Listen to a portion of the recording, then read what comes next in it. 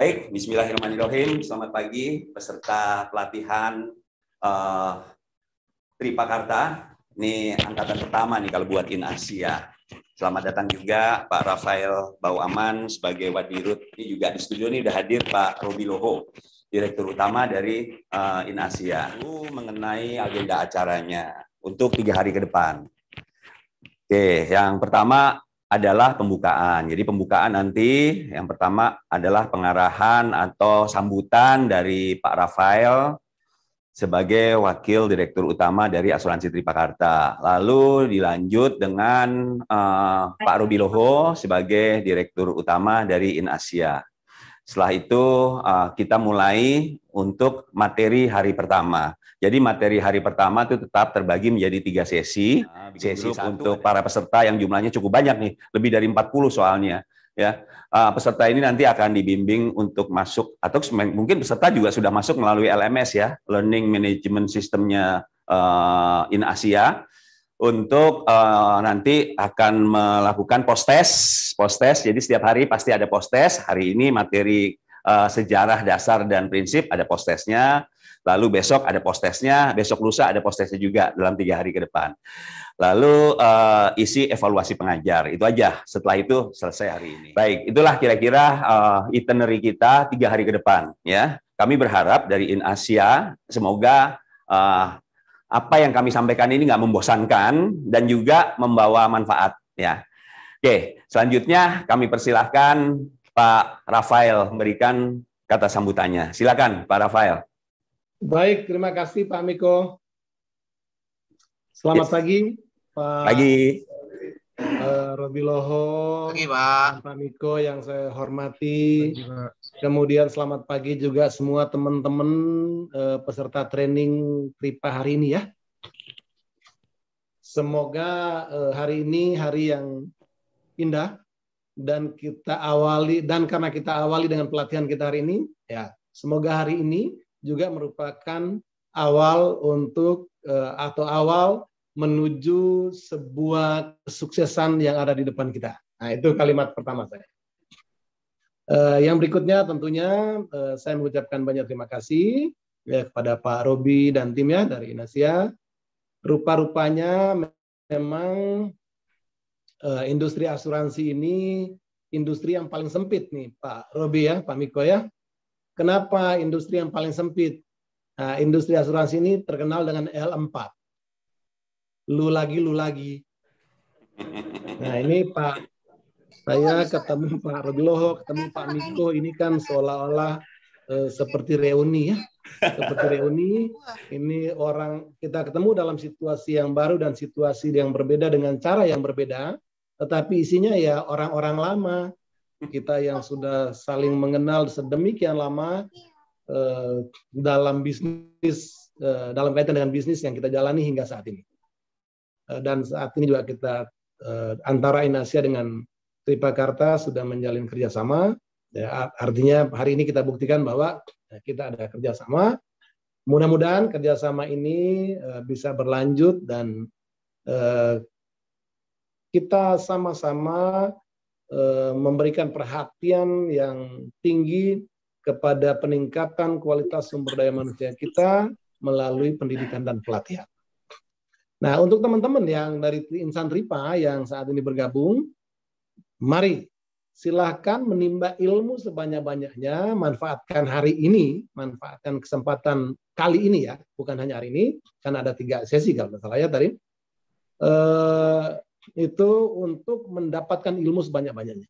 Mari silakan bertanya atau menyampaikan pendapat dan apapun caranya, karena yang mengajar kita ini orang-orang yang sangat kompeten, saya kenal, mereka yang punya ilmu sangat banyak, ya, pengalaman pun sangat panjang. Jadi manfaatkan kesempatan ini dengan sebaik-baiknya. Sebagai informasi, pesertanya Pak Robi dan Pak Miko ya, sebagai informasi kesempatan kali ini diikuti oleh 47 pegawai pemula ya, yang berada baik di kantor pusat maupun di kantor cabang ya, kantor cabang termasuk di kantor perwakilan ya. yang memang usia kerjanya itu belum sangat panjang. Kriterianya saya tidak terlalu tahu detail, tetapi yang pekerja pemula atau karyawan pemula.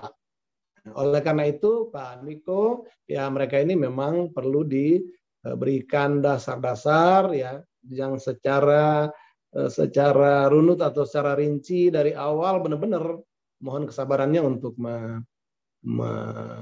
memberikan ilmunya dengan baik dan dengan ikhlas kepada teman-teman atau insan RIPA yang pada saat ini. Rasanya itu saja yang dapat saya sampaikan, dan tentunya dengan ini nanti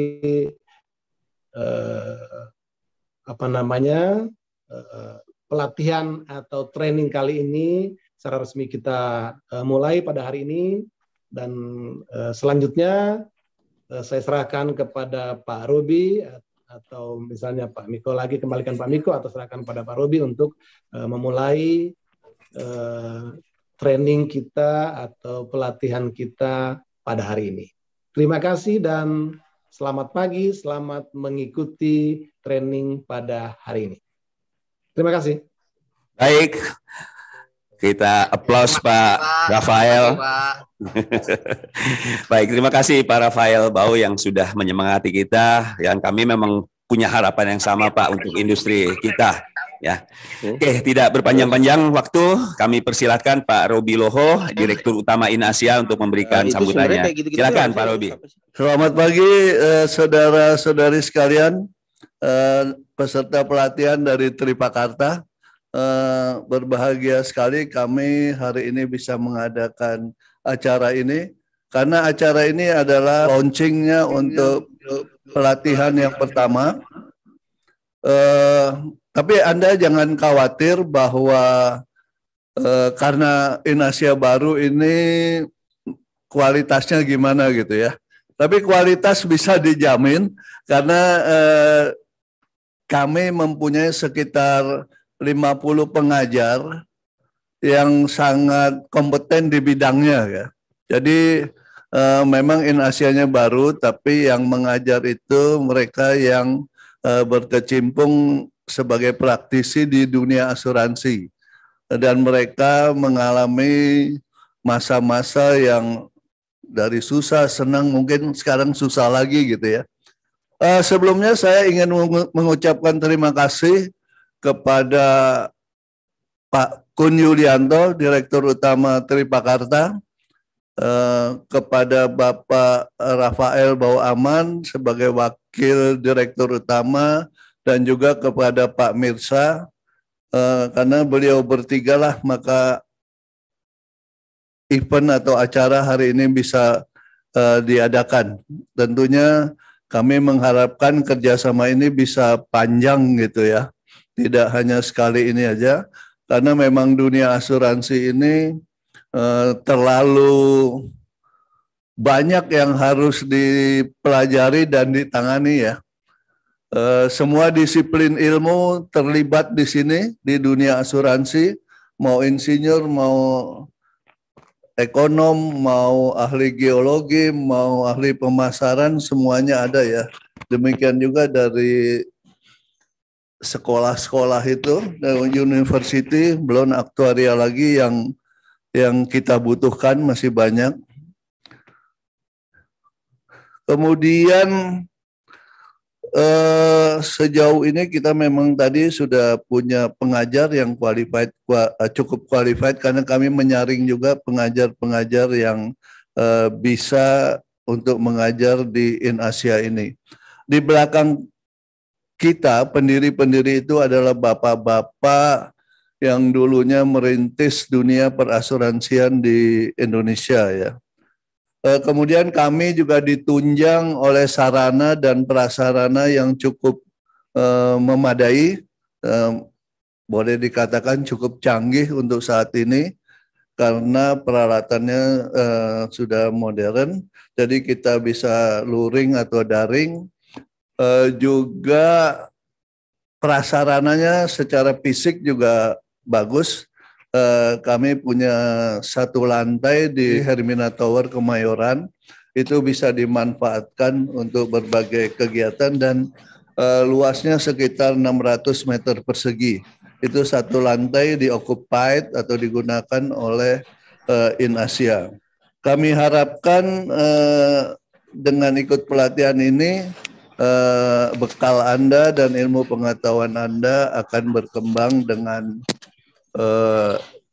cepat ya, karena nggak bisa ditunggu lagi bahwa memang perkembangan dunia perasuransian apalagi yang digital ini akan makin cepat gitu ya. Untuk diketahui pula bahwa Anda akan mendapatkan 3 sertifikat yang mengenai prinsip-prinsip dasar asuransi, kemudian asuransi properti atau fire, dan asuransi kendaraan bermotor.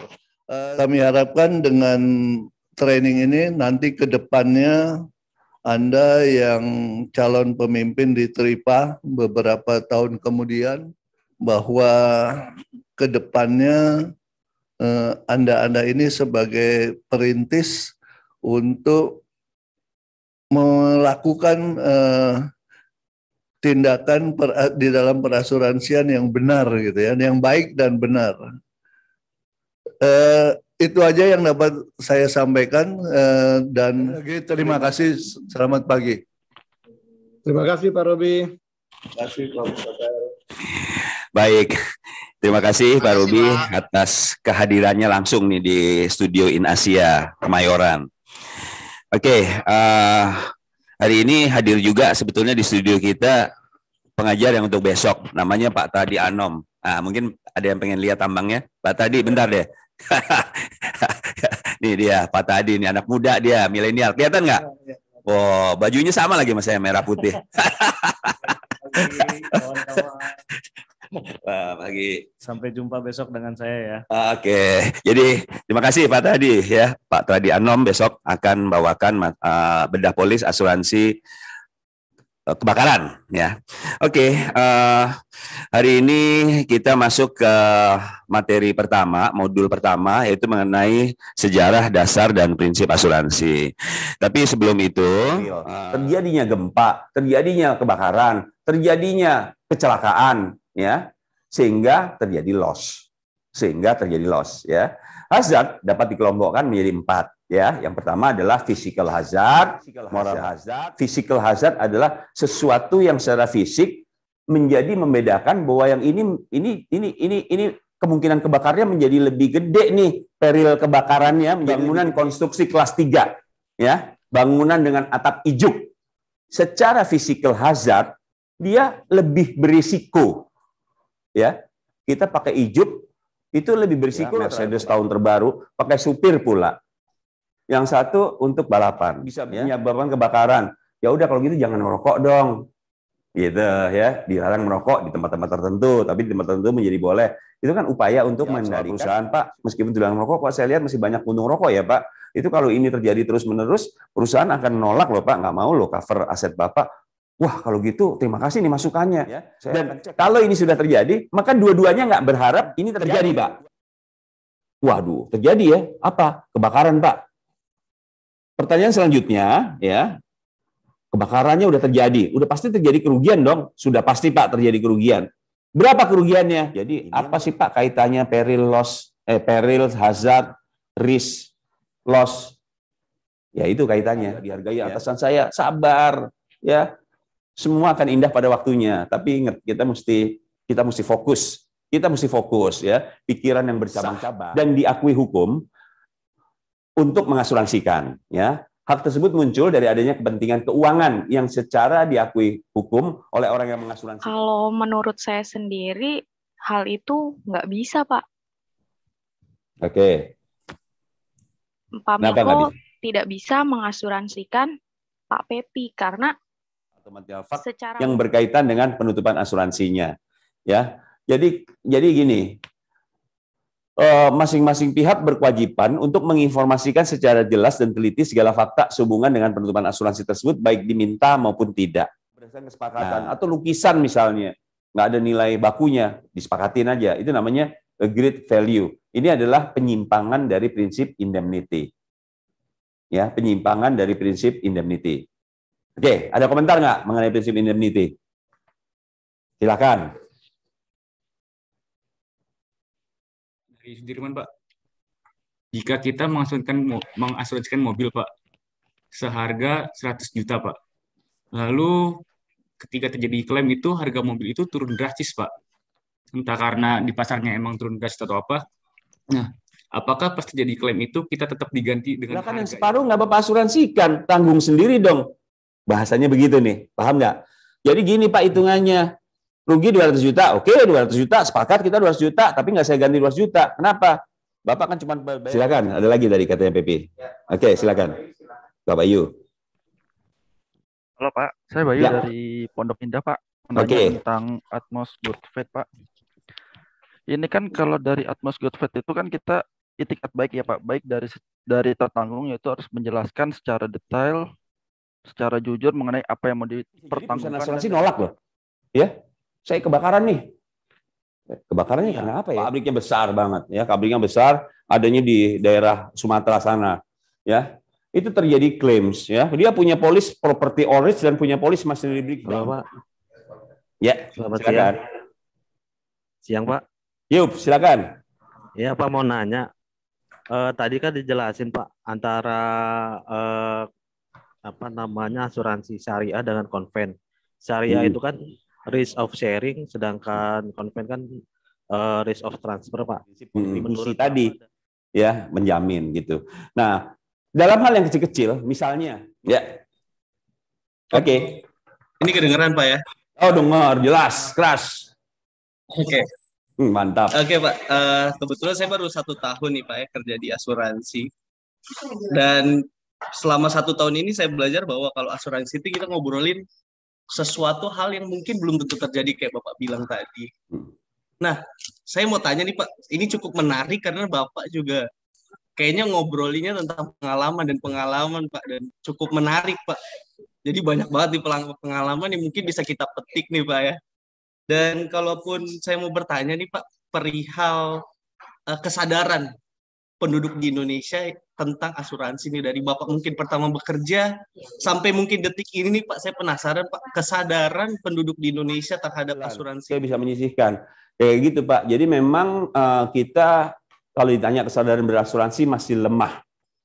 Itu salah satu masalah kita semua ya. Lalu apa yang harus kita lakukan? Yuk kita bersama-sama jaga kalau risiko yang tidak kita inginkan itu terjadi.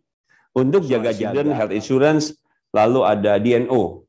DNO itu Directors and Officers ya. Jadi Director and Officer itu jenis asuransi. Ada komentar, pertanyaan? Keadaan yang misalnya Pak ya, karena masalah pandemi ini.